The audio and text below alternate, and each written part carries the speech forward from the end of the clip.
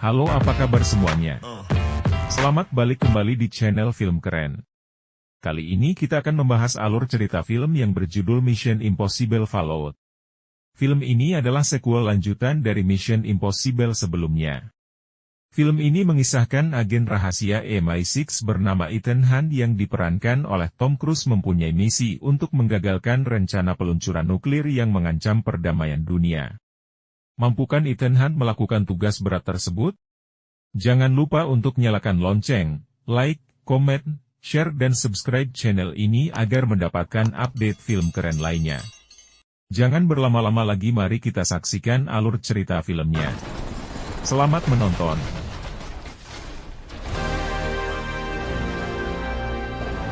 Film ini menceritakan 2 tahun setelah penangkapan Solomon Lane oleh Ethan. Di awal film kita diperlihatkan Ethan yang sedang melangsungkan pernikahan bersama Julia. Namun bukannya membacakan sumpah, si pendeta malah membicarakan hal lain, yang ternyata pendeta itu adalah Solomon Lane.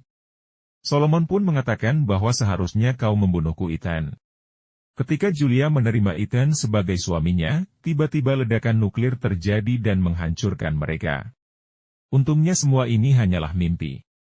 Ethan kemudian kedatangan kurir yang membawa paket berisi misi selanjutnya. Setelah penangkapan Solomon Lane 2 tahun lalu ternyata tidak menghentikan kekacauan dunia. Dan para agen sindikat yang masih ada membuat organisasi baru yang bernama Apostel. Mereka menjadi organisasi yang bisa disewa dengan tujuan meneror. Dan saat ini seorang ekstremis bernama John Lark menyewa Apostel yang membuat ahli nuklir bernama Niels Delbruck menghilang.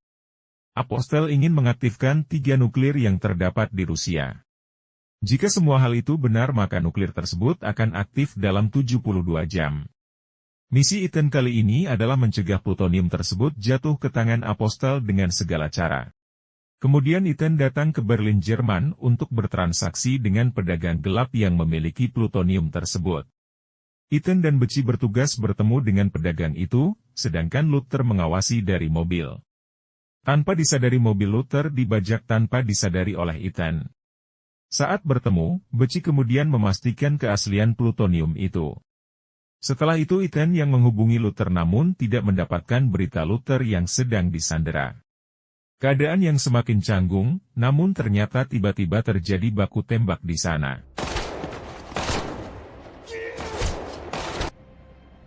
Ethan menyuruh Beci untuk membawa mobil, namun sayangnya mereka tidak bisa pergi karena Luther masih dalam sandera. Akhirnya Ethan memutuskan untuk menembak Luther tepat di rompi anti pelurunya. Naasnya Ethan meninggalkan plutonium di samping mobil, dan koper berisi plutonium itu pun hilang bersama uang mereka. Beberapa hari kemudian, Ethan melihat sebuah berita yang mengabarkan telah terjadi 3 ledakan besar di Roma, Mekah, USS Ronald Reagan di Laut Merah, dan sudah dipastikan pelakunya adalah para apostel. Kemudian Ethan mendatangi Niels yang berada di rumah sakit setelah mengalami kecelakaan 2 minggu lalu. Lantas Ethan meminta Niels untuk membuka ponsel untuk melacak John Lark dan informasi senjata plutonium. Niels tak mau memberikan informasi tersebut, ia hanya mau membuka ponselnya jika manifestonya dibacakan dan disiarkan di televisi.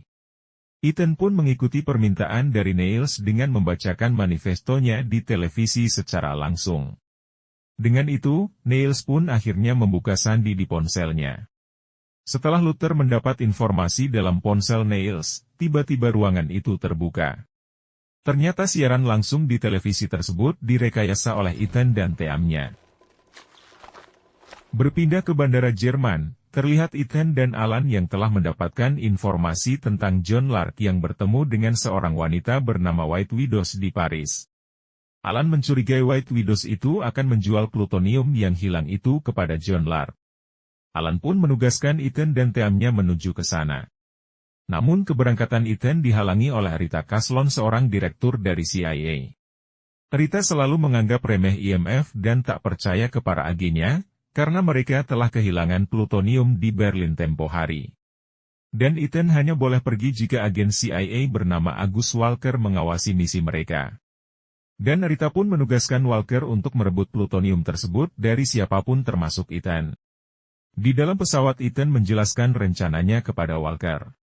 Untuk memasuki tamu VIP di gedung itu harus mempunyai gelang tanda pengenal.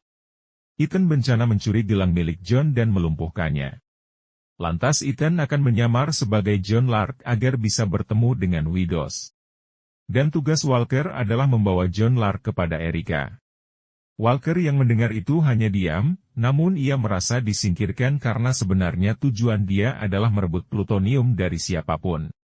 Perdebatan berhenti ketika pilot pesawat menginstruksikan untuk terjun. Selang oksigen Ethan dicabut oleh Walker karena penerjunan mereka berbahaya karena ada badai. Saat mereka berdua terjun turun, mereka berdua sempat tersambar petir. Ethan yang melihat Walker pingsan langsung menolongnya. Ethan memberikan tabung oksigennya dan mengembangkan parasut Walker. Saat tiba di bawah, mereka berdua bergegas masuk untuk mencari John Lark. John Lark yang saat itu berada di toilet langsung dilumpuhkan. Ethan kemudian men-scan wajah Lark, namun Lark terbangun dari pingsannya dan langsung menghajar mereka berdua. Saat Lark akan menembak Ethan, tiba-tiba Ilsa datang membantu dengan menembak wajah Lark. Dengan tertembaknya wajah Lark, Ethan menjadi kesulitan untuk men-scan wajah Lark.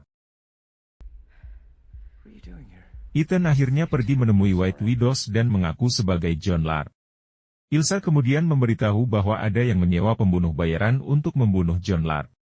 Ethan yang masuk ke ruangan pun akhirnya melihat beberapa pembunuh bayaran yang sudah bersiaga. Ethan kemudian menemui White dan White pun mempercayai Ethan sebagai John Lark. Ethan pun mengajak White untuk pergi karena banyak pembunuh bayaran yang akan datang. Tak lama berselang benar saja para pembunuh bayaran itu datang menyerang. Untungnya ada Ilsa dan Walker yang membantu. Kemudian mereka semua pergi ke markas Widows. Tak disangka ternyata Widows adalah seorang broker. Penjual plutoniumnya tidak mau dibayar dengan uang. Tetapi ia hanya ingin plutonium tersebut ditukar dengan Solomon Lane. Sehingga Ethan harus membebaskan Solomon yang akan dibawa ke penjara Perancis. Sebagai tanda jadi, Ethan akan diberi 1 plutonium dan sisanya akan diberikan dalam waktu 48 jam setelah Ethan berhasil membebaskan Solomon. Setelah pertemuan itu, Walker diam-diam menemui Erica. Walker mencurigai bahwa orang yang tewas di toilet bukanlah John Lark dan Walker juga mencurigai bahwa Ethan adalah John Lark sesungguhnya. Namun Erica tidak mempercayainya, akhirnya Walker menyerahkan ponsel John Lark. Keesokan harinya Ethan bersiap untuk membajak pengiriman Solomon Lane. Kemudian Ethan menabrak mobil polisi itu ke sungai, dan Ethan bergegas kabur dari sana.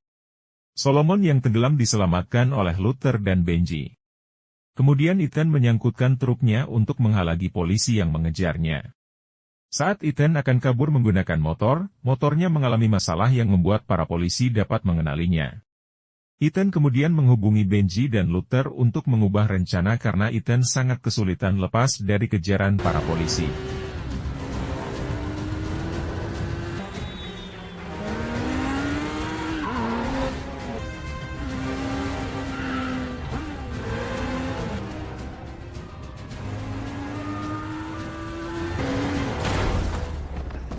Ethan mengalami kecelakaan dan lari memasuki lorong di tengah kota. Dan ternyata di bawah sudah ada Benji dan Luther yang menjemput.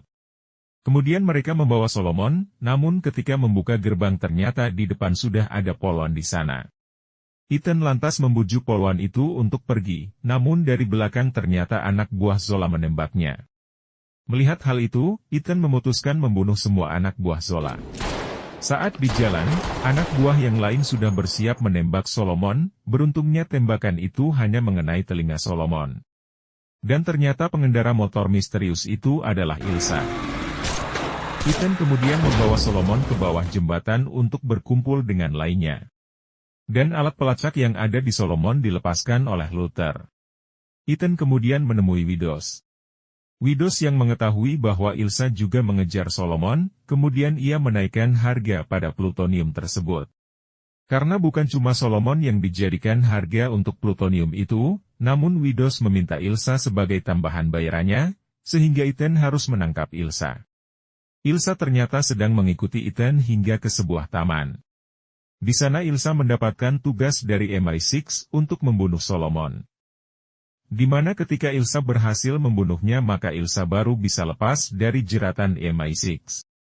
Ethan kemudian membawa Solomon ke London untuk menemui kurir. Sebelum menemui kurir, Ethan dan tim bertemu dengan Alan. Ethan menjelaskan kepada Alan bahwa selain Solomon, Ethan juga harus menyerahkan Ilsa sebagai tambahan harga plutonium itu. Tanpa diduga Alan mengatakan bahwa pertemuan itu adalah jebakan Widows.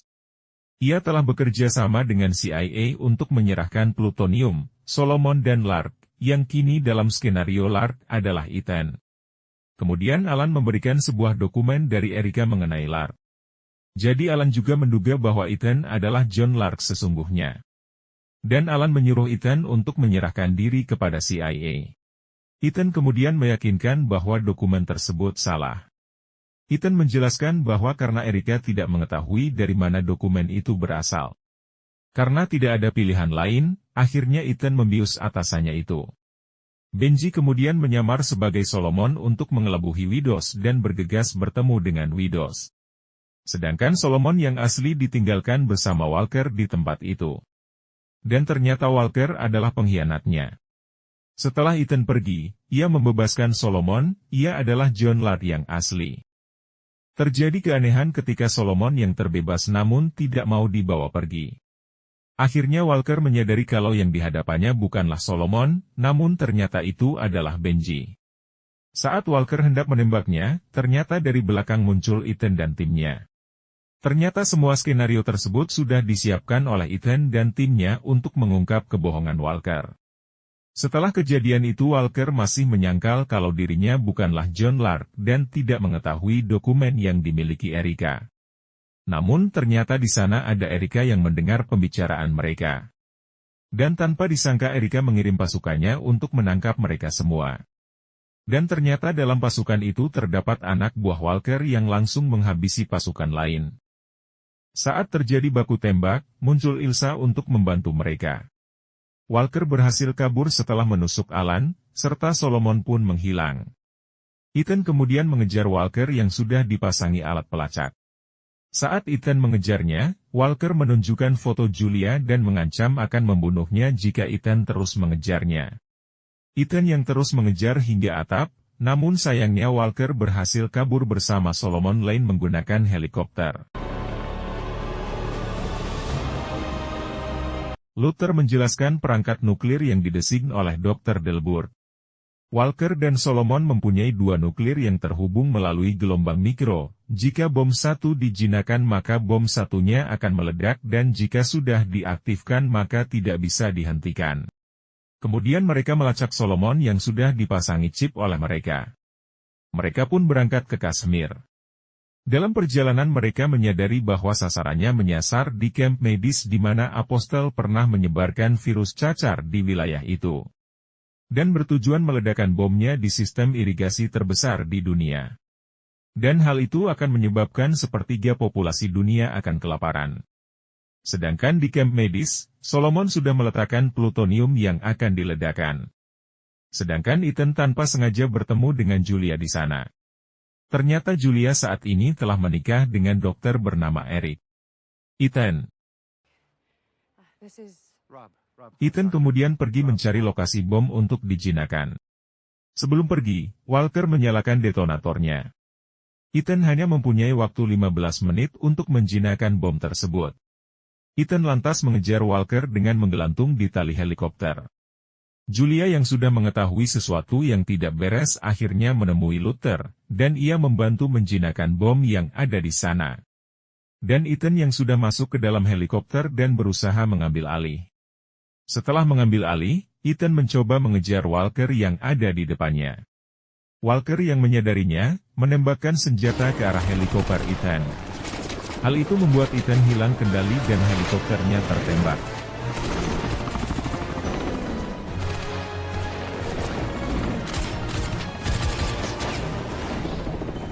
Sementara di camp, Ilsa mencari bom itu ke desa karena tersisa satu bom yang belum ditemukan. Ilsa menemukan bom itu di sebuah rumah, namun di sana sudah ada Solomon Lane yang menunggu. Kemudian Solomon menangkap Ilsa untuk menjebak Benji, hingga akhirnya Benji masuk jebakan Solomon Lane. Kembali ke Ethan yang kini helikopternya mulai kebakar. Akhirnya ia berhasil menabrakkan ke helikopter Walker yang membuat mereka semua terjatuh. Ilsa yang berhasil melepaskan ikatannya kemudian melawan Solomon Lane, dan berhasil mengalahkan Solomon Lane. Kemudian Ilsa melepaskan Benji yang hampir tewas tergantung.